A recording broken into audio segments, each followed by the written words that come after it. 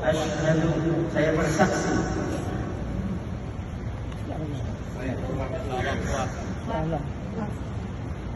Bersaksi Bersaksi bahwasanya bahwasannya tiada Tuhan tiada Tuhan yang disembah yang selain Allah. selain Allah. Biasa deh serius. Iya.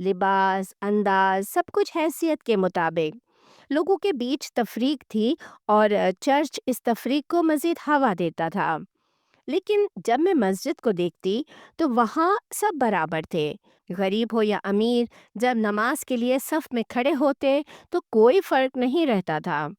رب کے گھر میں آ کر سب ایک جیسے بندے بن جاتے، یہ منظر میرے دل میں اتر گیا۔ میں بچپن سے عیسائی تھی اور بائبل پڑھنے کی عادت تھی مجھے۔ میں واقعی ایک نیک عیسائی لڑکی بننا چاہتی تھی۔ ہر رات سونے سے پہلے بائبل پڑھتی، دعا کرتی۔ لیکن جب میں بائبل میں اللہ یا خدا کا ذکر پڑھتی تو دماغ میں سوال اٹھتا کہ اگر اللہ ایک ہے تو یسوع یعنی جیسس کیوں خدا کہلاتے ہیں؟ اور اگر وہ خدا ہے تو وہ صلیب پر کیوں چڑھائے گئے؟ کیا خدا کو انسان سزا دے سکتا ہے؟ کیا انسان خدا کو موت دے سکتا ہے؟ یہ سوال میرے اندر بار بار گونجتا۔ میں بہت چھوٹی بچی تھی۔ میں کلاس 2 یعنی SMA 2 میں تھی جب پہلی بار دل میں شک پیدا ہوا۔ میں نے اپنے دل سے پوچھا، اگر خدا کو مصلوب کیا جا سکتا ہے تو پھر یسوع کے مصلوب ہونے کے بعد اب انسانوں کا خدا کون ہے؟ میں نے چرچ میں مجسمے دیکھے، تصویریں دیکھیں اور دل میں سوال آیا، اگر یہ خدا ہے تو یہ تصویر کس نے بنائی؟ کون سا فوٹوگرافر تھا جس نے خدا کو کیمرے میں قید کیا؟ میں بچپن سے ہی بہت سوچ بچار کرنے والی بچی تھی۔ میں اپنے دل کو خدا کے بارے میں 100% مطمئن کرنا چاہتی تھی، لیکن دل نہیں مانتا تھا۔ میرا دل عیسائی عقیدے میں بتائے گئے خدا سے مطمئن نہیں تھا۔ وقت گزرتا گیا، میں جیسے جیسی بڑی ہوتی گئی میں نے خود تحقیق شروع کی۔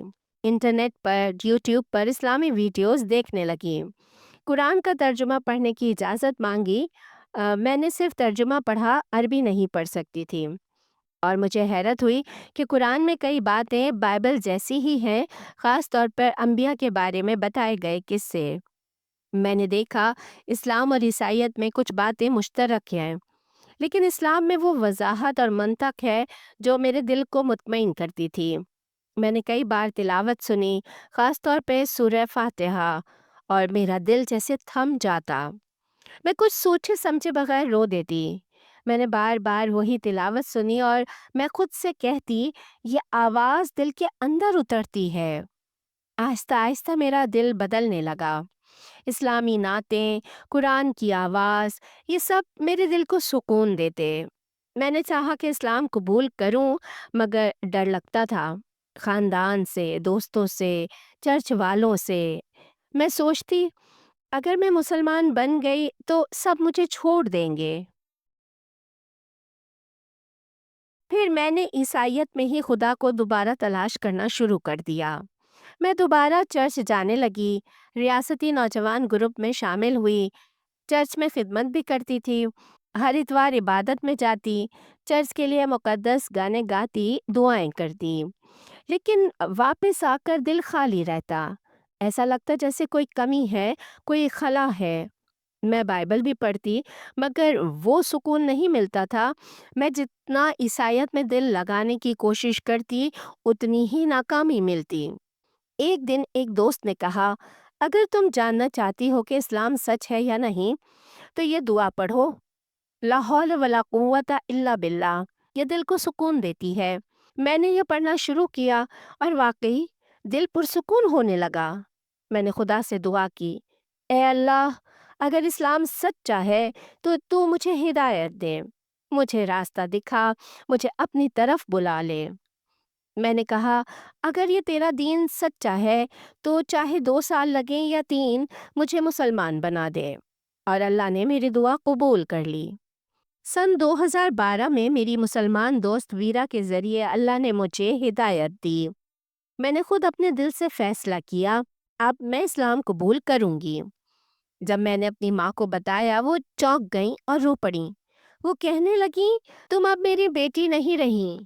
ماں کے منہ سے یہ سن کر میرا دل ٹوٹ گیا، لیکن میں جانتی تھی یہ راستہ مشکل ہے مگر سچا ہے۔ میں ہر رات دعا کرتی، اے خدا، اگر تو ہی اللہ ہے تو مجھے سیدھا راستہ دکھا اور مجھے اپنی ہدایت تک پہنچا دے۔ پھر ایک رات میں نے دل میں پختہ ارادہ کر لیا۔ میں نے کہا بس اب میں تیار ہوں، جو بھی ہو میں اسلام قبول کروں گی۔ میں نے بسم اللہ کہا اور 12 سال کی عمر میں کلمہ پڑھ کر اسلام قبول کر لیا۔ میری زبان پر وہ الفاظ آئے، لا الہ الا اللہ محمد رسول اللہ، اور دل جیسے روشن ہو گیا۔ آنکھوں سے آنسو بہہ نکلے اور ایسے لگا جیسے اندر کا سارا گرد و غبار آنسوؤں کے راستے باہر نکل گیا ہو اور دل پاک ہو گیا ہو۔ الحمدللہ شیرلی حائزہ فطری اب ایک مطمئن با ایمان مسلمان خاتون ہیں۔ وہ کہتی ہیں کہ میں نے سب کچھ کھویا، دوست، خاندان، پرانی پہچان، لیکن میں نے جو پایا وہ سب سے قیمتی ہے، میں نے اللہ کو پایا۔ جب میں نے کلمہ پڑھا اور اسلام قبول کیا تو میری زندگی ایک لمحے میں بدل گئی، جیسے دل پر سے ایک بوجھ اتر گیا ہو۔ پہلی بار محسوس ہوا کہ میں سچ میں اللہ کے سامنے جھک رہی ہوں، جس نے مجھے پیدا کیا، جو میرا رب ہے۔ لیکن اسی لمحے ایک اور دروازہ کھلا، آزمائشوں کا دروازہ۔ میں نے جب اپنی ماں کو بتایا کہ میں مسلمان بن گئی ہوں، وہ جیسے پتھر کی مورت بن گئیں، چہرہ بدل گیا، آنکھوں میں آنسو آ گئے۔ انہوں نے لرزتی ہوئی آواز میں کہا، کیا تم نے اسلام قبول کر لیا؟ تم اب میری بیٹی نہیں ہو۔ میں ساکت رہ گئی۔ میرے سامنے میری اپنی ماں تھیں، جنہوں نے مجھے پالا، پڑھایا، پیار دیا، اور آج وہ مجھے پہچاننے سے انکار کر رہی تھیں۔ میں کچھ نہ کہہ سکی، بس سر جھکایا اور آنسو بہنے لگے۔ دل میں ایک ہی بات تھی، اللہ، میں نے تیرے لیے سب قبول کیا ہے، مجھے ثابت قدم رکھ۔ میں اپنے کمرے میں گئی اور پہلی بار زندگی میں ہاتھ جوڑنے کے بجائے ہاتھ اٹھائے۔ پہلے میں دعا میں ہاتھوں کو جوڑا کرتی تھی، لیکن اب میں نے ہاتھ کھول کر اللہ سے بات کی۔ میں نے کہا، اے اللہ، میں کمزور ہوں مگر تیرا سہارا چاہتی ہوں۔ اگر یہ دین سچ ہے تو مجھے اس پر قائم رکھ۔ کچھ دن بعد میری ماں نے بات چیت بند کر دی۔ گھر کا ماحول بدل گیا۔ جب بھی میں کچن میں آتی وہ چپ ہو جاتی، کھانے کی میز پر خاموشی چھا جاتی۔